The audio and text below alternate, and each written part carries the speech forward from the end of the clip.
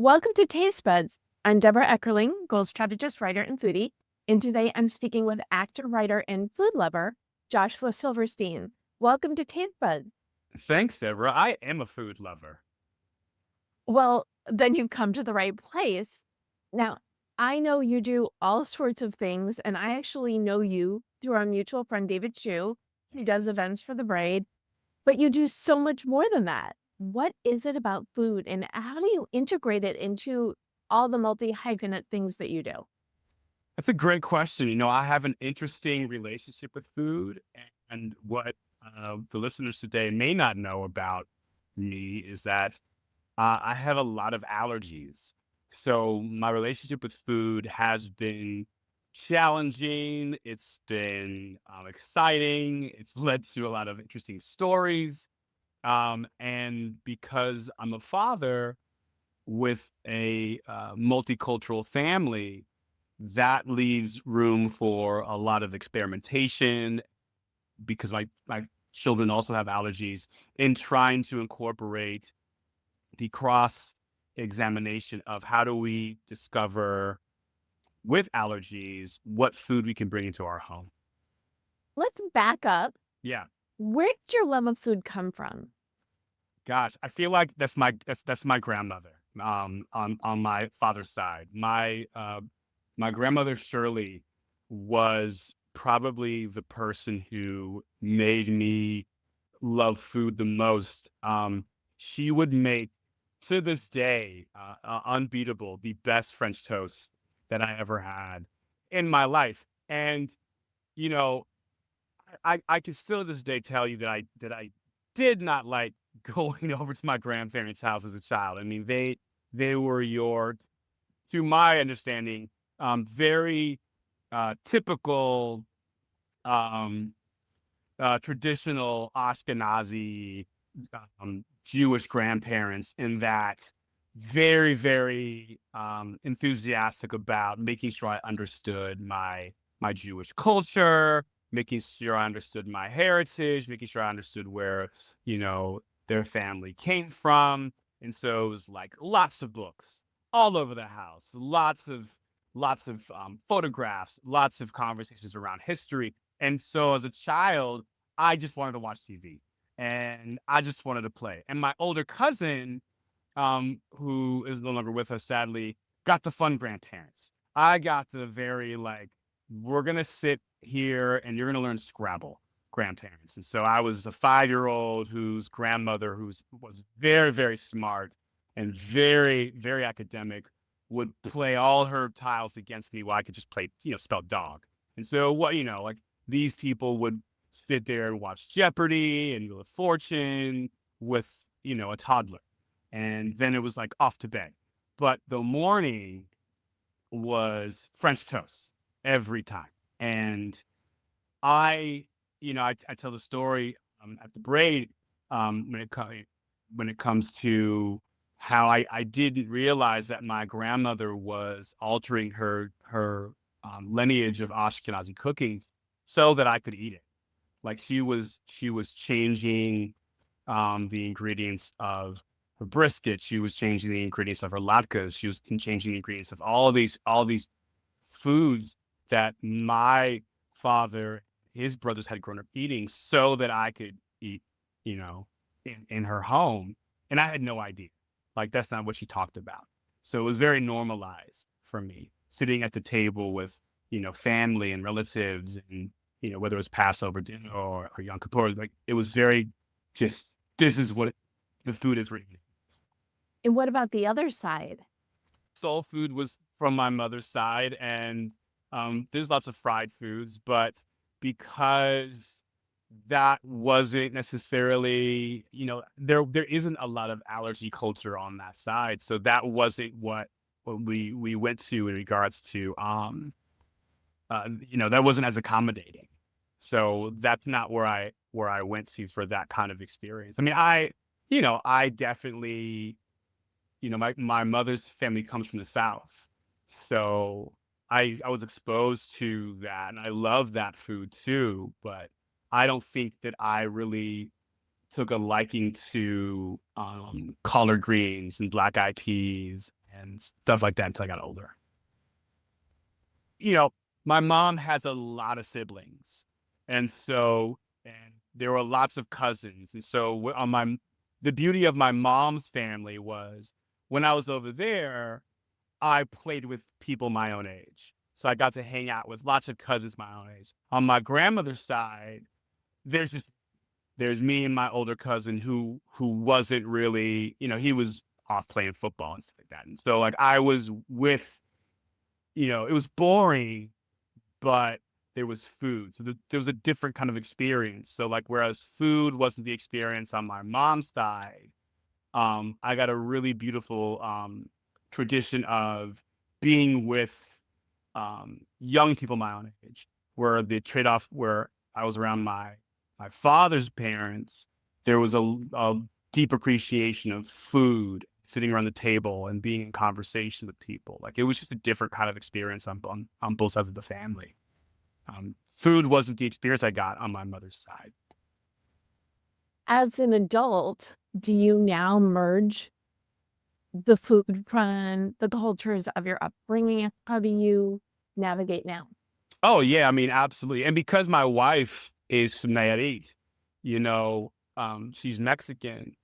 In our household, there's so much culture, and my mother-in-law will come over, and she makes Spanish rice, and she makes, um, all kinds of different dishes from her culture. Um, so the kids are growing up with, the kids are growing up being Jewish and being uh, Latino, and there's so, and having a father who's African American. Like there's so much different things going on. I mean, I'm trying to think. It's like our youngest son, Shell, loves chicken and loves fried foods and loves hamantashen and loves potatoes. He's still on the fence about vegetables. He's a kid.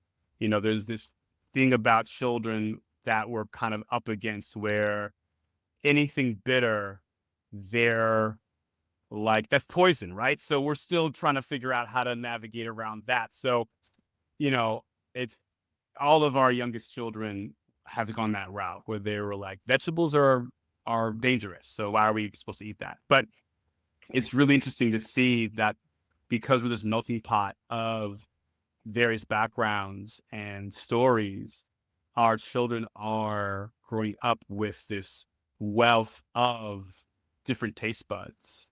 And we try to do what I feel like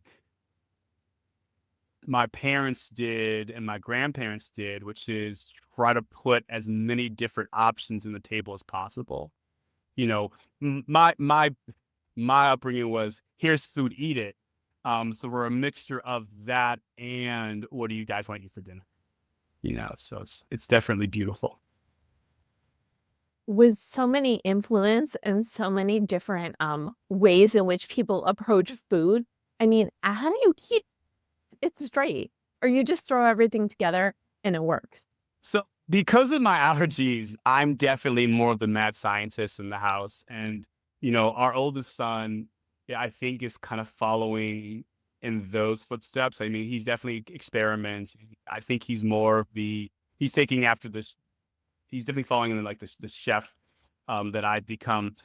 He cooks more than his sister does, and probably more than my wife, his mom does. Um, but I think the beautiful thing about I think our philosophies, it's not about keeping it straight. It's about the expansion of mixing it all together, like jambalaya, right? It's about putting everything in a bowl and going, this is what our family looks like. We don't have to delineate like this is from this and this is from that, and this is from that. Like, you know, we were just having this conversation today about how we as human beings are so um, compelled to decipher what comes from where, but human beings have been a melting pot for centuries. We don't necessarily have to be so caught up with you belong to this group, belong to that group. Like you know, that's challenging. I don't necessarily, I haven't defined myself as mixed in years. Like I'm a whole person. So with food, when you eat it, you're not thinking about it being deciphered when you put it in your mouth. You just eat it and enjoy it. And I think with our children, they're just enjoying the fact that it tastes good and it makes you feel good. And I think with food, that's the point. Like, how does it taste? How does it make you feel? And you get to enjoy maybe the history and the journey it took from the grocery store to the table to, the process of which it went through to be made. But once you're being able to experience it, to sit there and decipher it like a scientist, once you have it in front of you, like that seems like daunting and excruciating. Like, just enjoy the plate and have the experience. And what advice, though, do you have for others who want to be, and I love the mad scientist in the kitchen? What are things that you do that other people can learn and incorporate into their cooking routine? So it's okay to play, I think. It's a both and, I I'm someone who hates wasting food, and we definitely are living in a time when food shortages is a real reality, especially with what's going on currently in the world, and whether it's eggs or whether certain meat products are getting more and more toxic, and I don't eat beef anymore. I haven't many years, and I don't really eat chicken anymore either, and like I said earlier, our kids have various dietary restrictions. I have the most of them. Actually, I think our youngest son has the most of them now, but I have many. But I think the kitchen should be a place of play and fun, and that's a privilege, definitely, because not everyone has the luxury of being able to be in a place of experimentation and having the ingredients to play with. But if you can have that mindset of let me explore, I think you should be able to. And I think also, um, when you eat and you have meals, that should be a time of bringing people in, not excluding people. So whatever your tradition is with food, whatever the recipe is, how can you include others in that experience? Should be your language. How can that meal be about bringing people together? And I think that's when food is the most exciting, is when you can invite others. I got a beautiful friend named Natasha, and she wrote this beautiful book called, oh my gosh, I'm being a terrible friend. I think it's called Party. Oh my gosh, I should have it right now, but I don't Oh, have it. are you talking about the dinner party project? Yeah, yeah, yes, She's awesome, Nosh with Posh. yeah. She's fantastic. Yes, she is. I've written about her in her book. Yeah, she's great. She's a dear friend, and she wrote this amazing book. And I think what's so cool about that book is it's about bringing people together, and it's about like that's what that's about. And I love her, and I love what she wrote, and um, her husband, Andis,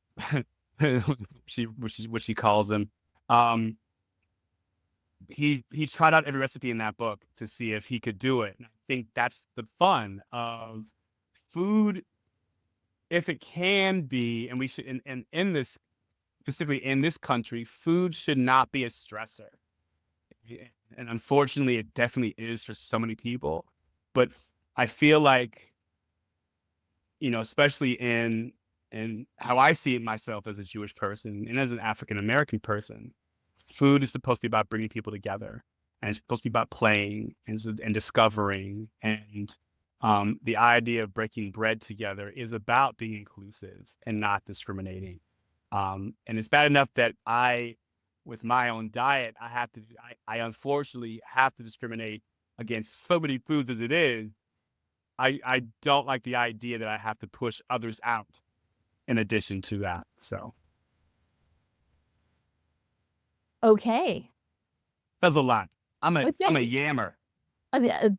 Well, these are bite-sized conversations about food cooking and community, and I think you just kind of merged all of them into one answer, which is great.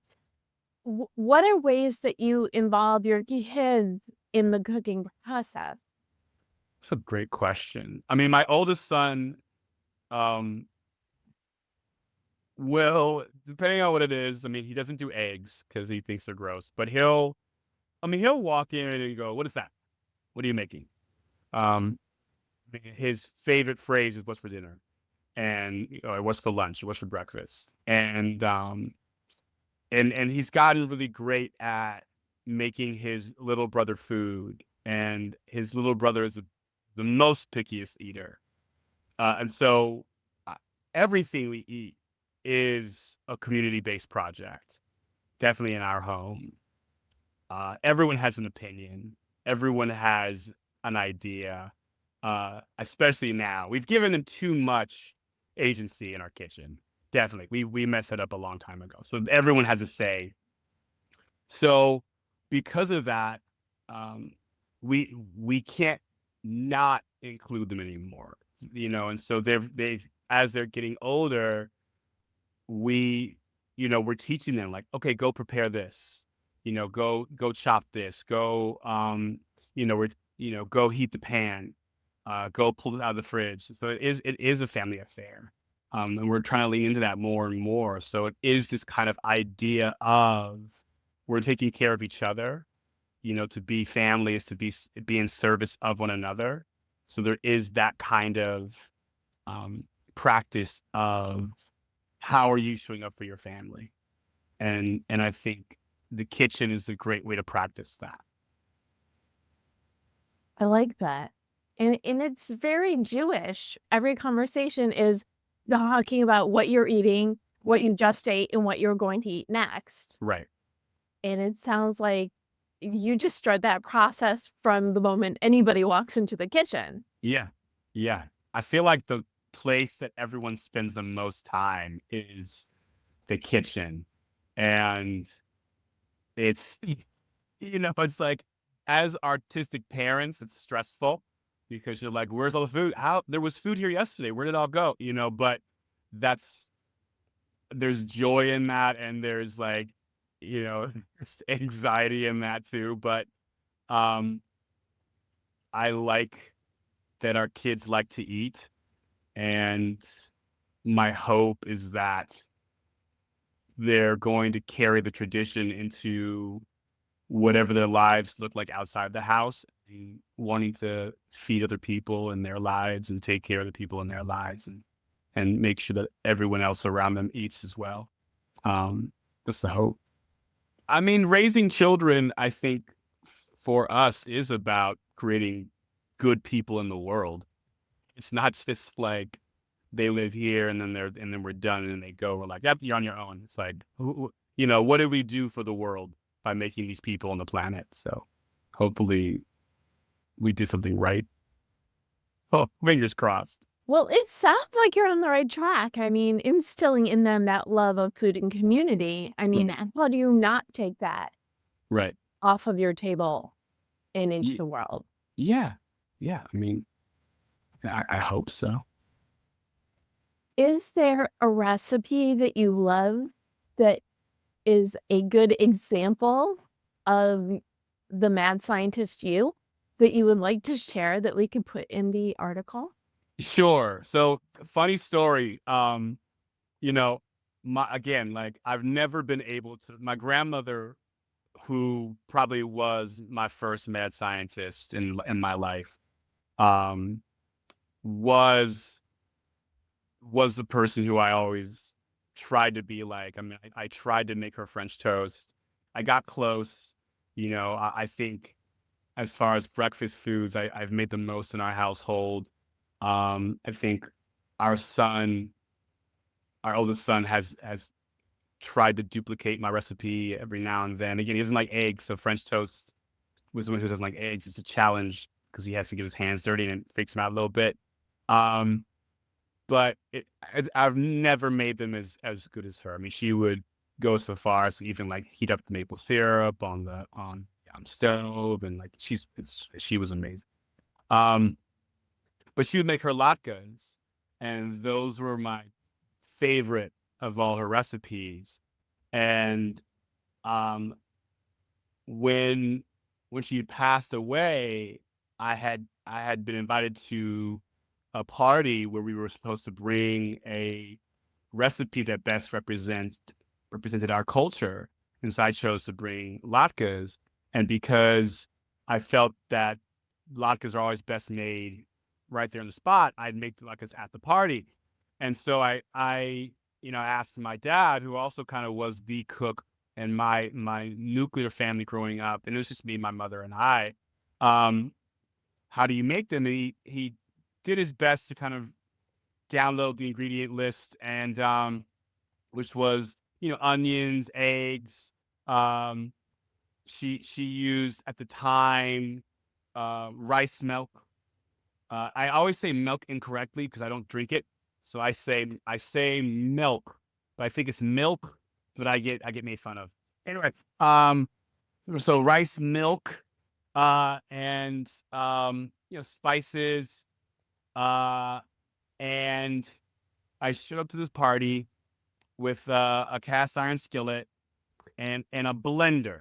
Now I've told this story this way, and other Jews have groaned when I've said blender because apparently you don't use a blender when you make latkes, but my grandmother did, and because they're pancakes, so she made them really thin, and so I made them with the blender, and I cut the potatoes, and I essentially made like chunky onion soup, uh, and I poured them in the cast iron skillet with olive oil, and I almost started a fire in the kitchen, and I almost burned my face off, and I did not do a good job. And they were like wet in the middle. So yeah, but I ate the whole thing, so I'm not a quitter. So I've tried a few times, and then Natasha came over to our home, and she kind of perfected my grandmother's recipe and got them pretty darn close to what they used to taste like. And so she added a little twist, and she didn't use a blender. So I think the key is not to use a blender, but we still use rice milk, onions, potatoes, chives, olive oil, margarine.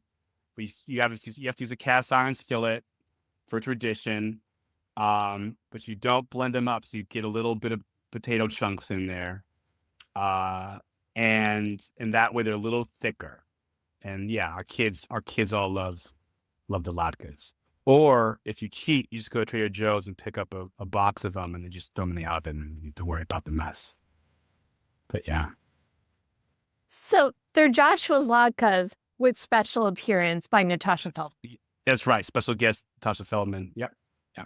Amazing. Okay, so you will send me that recipe, which if you go to jewishjournal.com/podcast, you'll get to read the article. Good luck me trying to summarize this conversation. I'm so Yeah. sorry. I'm totally fine. This is what it's all about, right? We love food. It's part of our heritage, but it's also a big part of the future, the way that we embrace it and share it. Yeah.